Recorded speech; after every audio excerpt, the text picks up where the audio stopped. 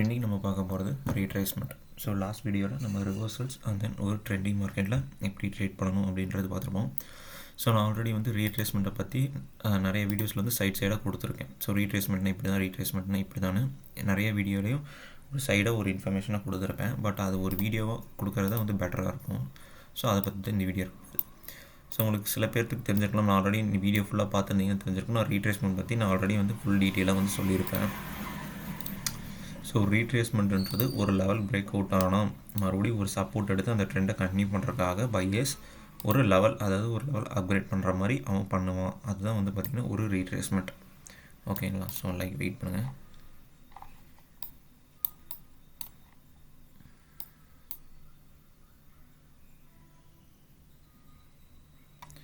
So இது மாதிரி ஏரியாவில் ஸோ இங்கே நடந்திருக்கு பாருங்கள், ஒரு ரீட்ரேஸ்மெண்ட் நடந்திருக்கு. ஸோ இந்த ஏரியாவில் ஒரு லெவல் இருக்குது நம்மளுக்கு.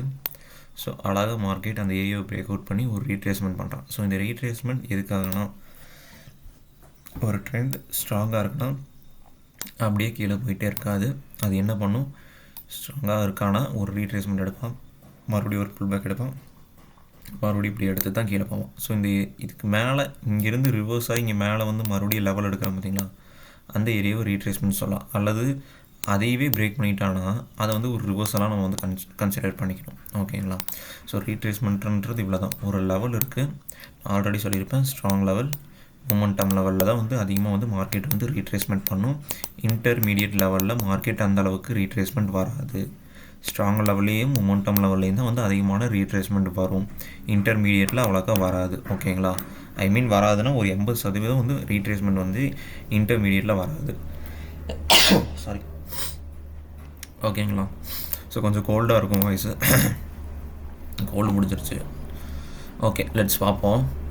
இப்போ மார்க்கெட் ஒரு இடத்துல இப்படி பிரேக் அவுட் ஆகிறான்னா இந்த பிரேக் அவுட் வந்து எந்த அளவுக்கு ஸ்ட்ராங்காக இருக்கான் அப்படின்றத வந்து நம்ம பார்க்கணும். ஸோ நான் ஆல்ரெடி சொல்லியிருப்பேன் மொமெண்டம் அண்ட் தென் ஸ்ட்ராங்.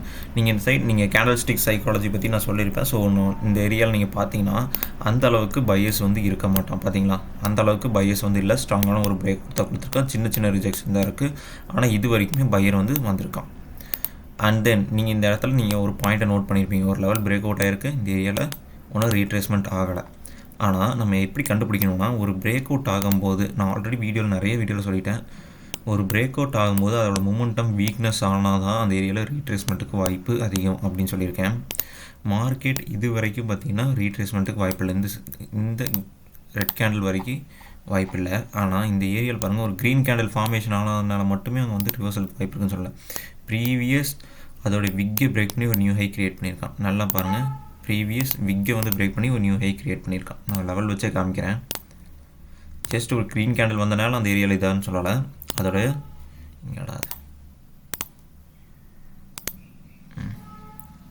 அதோட ப்ரீவியஸ் விக்கை பிரேக் பண்ணி ஒரு நியூ ஹை க்ரியேட் பண்ணியிருக்கான். அப்போ இங்கே என்ன தெரியுது, க்ரீன் கேண்டில் ப்ரீவியஸ் செல்லஸை விட இந்த க்ரீன் கேண்டில் ஹெல்த்தியாக இருக்கான்.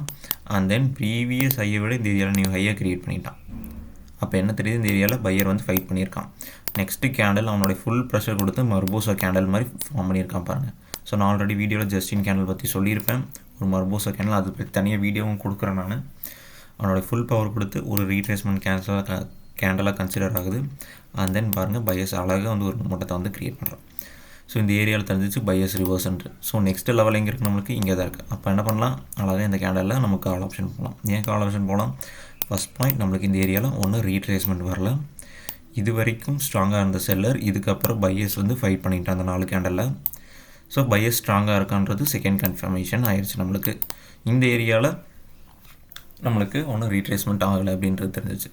ஸோ அழகாக வந்து நம்ம கால் ஆப்ஷன் இந்த ஏரியாவில் போயிருக்கலாம். ஸோ இப்போ புரிஞ்சிருக்கும் உங்களுக்கு ரீட்ரேஸ்மெண்ட் எப்படி வந்து நம்ம வந்து அனலைஸ் பண்ணணும் அப்படின்றது.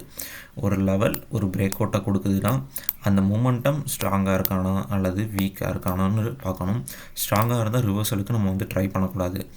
அதே வீக் ஆகும்போது இது மாதிரியான கேண்டில் வந்து கன்ஃபர்மேஷனுக்கு எடுத்துக்கலாம். ஸோ அதாவது இந்த ஏரியா நீங்கள் பார்த்தாலே தெரியும், நல்லாவே ஃபைட் பண்ணியிருக்கான். கேண்டில் ஸ்டிக்ஸ் அனலைஸ் வந்து நீங்கள் இடத்துல வந்து வச்சு ரீட் பண்ணாலே தெரியும். கேண்டில் ஸ்டிக் சைக்காலஜி அவன் வந்து அழகாக இந்த ஏரியாவில் ஃபைட் பண்ணுறான். எஸ், அவன் ஃபைட் பண்ணி அழகாக ரிவர்ஸ் பண்ணுறான். அப்போ என்ன தெரியுது, ஒரு லெவல் பிரேக் அவுட் ஆகிறான், வித்தனை ஹெல்த்தி மூமெண்டமாக பிரேக் அவுட் ஆகிறான்னா அப்போ அந்த இடத்துல நம்ம வந்து வெயிட் பண்ணணும். எப்போ வீக் ஆகிறான்றது பார்க்கணும். வீக் ஆகி 2 கேண்டில் 3 கேண்டில் கன்ஃபர்மேஷன் ஆகுது, செல்லர் வரக்கு தெரியாது, அதாவது பையிங்லேருந்து இப்போ செல்லிங் வந்து ரீட்ரேஸ்மெண்ட் பண்ண ட்ரை பண்ணுறான் அப்படின்ட்டு இருந்துச்சுன்னா அப்போ நம்ம வந்து செல்லிங்க்கு ட்ரை பண்ணலாம். இவன் ஸ்ட்ராங்காக இருக்கும்போது ஒன்றும் ரீட்ரேஸ்மெண்ட் ஆகலை அப்படின்னு சொல்லிட்டு நீங்கள் வந்து ட்ரேட் எடுத்துடக்கூடாது.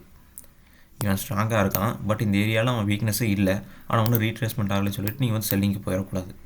அவன் வீக் ஆனால் மட்டும்தான் நீங்கள் வந்து செல்லிங் போகணும். சேம் ஃபார் பையிங்க்கு. இந்த ஏரியாவில் வந்து இது வரைக்கும் மூமெண்டமாக இருந்திருக்கான். ஸோ இப்போ இங்கே பாருங்கள், இந்த ஏரியாவில் ஒரு பிரேக் அவுட்டிங்கே வந்து நடந்துருச்சு. பிரேக் அவுட் ஆனவொடனே ரீட்ரேஸ்மெண்ட் வரணும். இந்த கேண்டலில் ட்ரேட் எடுத்திருந்தீங்கன்னா லாஸ் ஆகிருப்பீங்க. இவன் இங்கே தான் வந்து ஃபைட் பண்ண ஆரம்பிச்சிருக்கான். அப்போ என்ன பண்ணணும், இந்த ஏரியாவிலேருந்து தான் நம்ம வந்து பையிங்க்கு ட்ரை பண்ணணும். ஸோ இப்போ உங்களுக்கு புரிஞ்சிருக்கும் ஒரு ரீட்ரேஸ்மெண்ட் எதுக்காக நம்ம போராடுறது. ஸோ ரீட்ரேஸ்மெண்ட்டில் வந்து ட்ரேடு எடுக்கலாம். அண்ட் தென் ரீட்ரேஸ்மெண்ட்டோட கான்செப்ட். ஸோ இதில் வந்து 2 வீடியோவுமே இருக்குது. ரீட்ரேஸ்மெண்ட்னா என்ன, அண்ட் தென் ரீட்ரேஸ்மெண்ட்டை வச்சு எப்படி ட்ரேட் பண்ணலாம் அப்படின்னு சொல்லி 2 வீடியோலையுமே, அதாவது 2 வீடியோ ஸ்ப்ளிட் பண்ணலாமான்னு நினச்சேன். பட் 2 வீடியோமே ரொம்ப கம்மியான நேரமாக தான் வரும். ஜஸ்ட் ஒரு 5 நிமிஷமாக தான் வரும். ஒரு 2 நிமிஷம் கூட வராது. அதனால் 2யுமே சேர்த்து நான் ஒரே வீடியோவில் சொல்லிவிட்டு ரீட்ரேஸ்மெண்ட்னா என்னன்னு சொல்லியிருக்கேன். அண்ட் தென் ரீட்ரேஸ்மெண்ட்டை வச்சு எப்படி ட்ரேடு எடுக்கலாம் அப்படின்றதும் நான் வந்து சொல்லியிருக்கேன். இதில் இப்போ மறுபடியும் சொல்கிறேன், நல்லா கிளியராக புரிஞ்சுங்க. ஒரு லெவல் பிரேக் அவுட் ஆகிறான்னா அந்த ஏரியாவில் மார்க்கெட் ரீட்ரேஸ்மெண்ட்டுக்கு ட்ரை பண்ணுவான். அப்போ அந்த ரீட்ரேஸ்மெண்ட் எந்த மாதிரி லெவலில் வந்து வருவான், ஸ்ட்ராங் லெவல்லையும் மொமெண்டம் லெவலுக்கு மட்டும்தான் அவன் வந்து ரீட்ரேஸ்மெண்ட்டை அதிகமாக பண்ண வருவான். இன்டர்மீடியட்டுக்கு பண்ண வரமாட்டான். நல்லா புரிஞ்சுங்க, இன்டர்மீடியட்டுக்கு பண்ண வரமாட்டான். அப்போ இந்த ஏரியாவில் ரீட்ரேஸ்மெண்ட் அவன் வரணுன்னா ஒன்று பிரேக் பண்ண செல்லர் பிரேக் பண்ணதுக்கப்புறம் அவன் வந்து வீக்னஸை கொடுக்கணும். ஸோ அந்த வீக்னஸை வந்து நம்ம எப்படி கன்ஃபார்ம் ஆகணும்னா ஆப்போசிட் பையர் வந்து எதாவது இன்ட்ரெஸ்ட் இருக்கானா அப்படின்றத வந்து தெரிஞ்சுக்கணும். ஸோ இந்த ஏரியாவில் எனக்கு தெரிஞ்சது எப்படி, ஒரு நியூ ஹை ஆஃப்டர் ஒரு இந்த ஏரியாவில் ஒரு ஸ்ட்ராங்கான செல்லஸோட கேண்டில் கொடுத்துட்டு அதுக்கு அடுத்தது 2 கேண்டில் ஹெல்த்தியான பையர் பாருங்கள். சுத்தமாக ரிஜெக்ஷன்ஸ் இல்லை, சுத்தமாக மேலே வந்து ரிஜெக்ஷன்ஸே இல்லை. ஸோ ஹெல்த்தியான பையர். ஸோ இந்த ஏரியாவில் தெரிஞ்சிருச்சு. இந்த ஏரியாவிலேருந்து மார்க்கெட் இப்படி ரிவர்ஸ் ஆகுது. இந்த ஏரியாவை ரீட்ரேஸ்மெண்ட் பண்ணி ரன் பண்ணுறான். அழகாக மூமெண்ட்டத்தை கீழே எடுத்துகிட்டு போகிறான். ஸோ புரிஞ்சிருக்குன்னு நினைக்கிறேன். ஒரு ரீட்ரேஸ்மெண்ட்டை வரணும்னா ஆப்போசிட் மூமெண்ட், அதாவது பிரேக் பண்ண மூமெண்ட்டம் வீக் ஆகணும். அது வீக் ஆனால் மட்டும் பத்தாது, அது ஆப்போசிட்டில் உள்ள பையர் வந்து இன்ட்ரெஸ்ட்டை கொடுக்கணும். இன்ட்ரெஸ்ட்டை கொடுத்தா தான் நம்மளால் வந்து பையிங்க்கு வந்து ட்ரேட் எடுக்க முடியும். ஓகேங்களா. So same for the pier break out பண்ண செல்லிங்க்கும். ஸோ ரீட்ரேஸ்மெண்ட்னா என்னன்னு சொல்லியிருக்கேன். அண்ட் தென் ரீட்ரேஸ்மெண்ட்டை வச்சு நம்ம எப்படி ட்ரேட் பண்ணணும்னு நான் வந்து சொல்லிட்டேன். ஸோ இந்த வீடியோவில் இதோடய க்ளோஸ் பண்ணிக்கலாம்.